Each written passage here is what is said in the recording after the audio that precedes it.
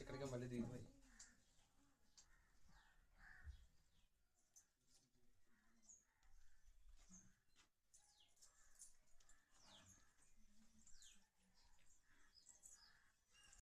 నాకు శివుడు అంటే చాలా ఇష్టం చిన్నప్పటి నుంచి కూడా.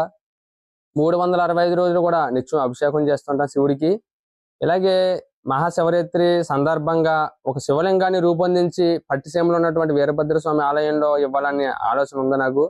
అది ఏ రకంగా మనం చేస్తే బాగుంటుందన్న ఆలోచనలో ఒక రోజు కలలో నాణేలతో శివలింగాన్ని చేసినట్టు కల వచ్చింది. ఆ శివుడే మనకి ఇలా సంకేతం ఇచ్చాడని చెప్పేసి ఇలా నా స్నేహితులు, మిత్రులు, బంధువులు ఇలా గ్రామ సహకారంతో సుమారు 1,25,000 నాణేలని నేను కలెక్ట్ చేసి సుమారు 50 రోజులు ఈ యొక్క లింగాన్ని చేయడం జరిగింది.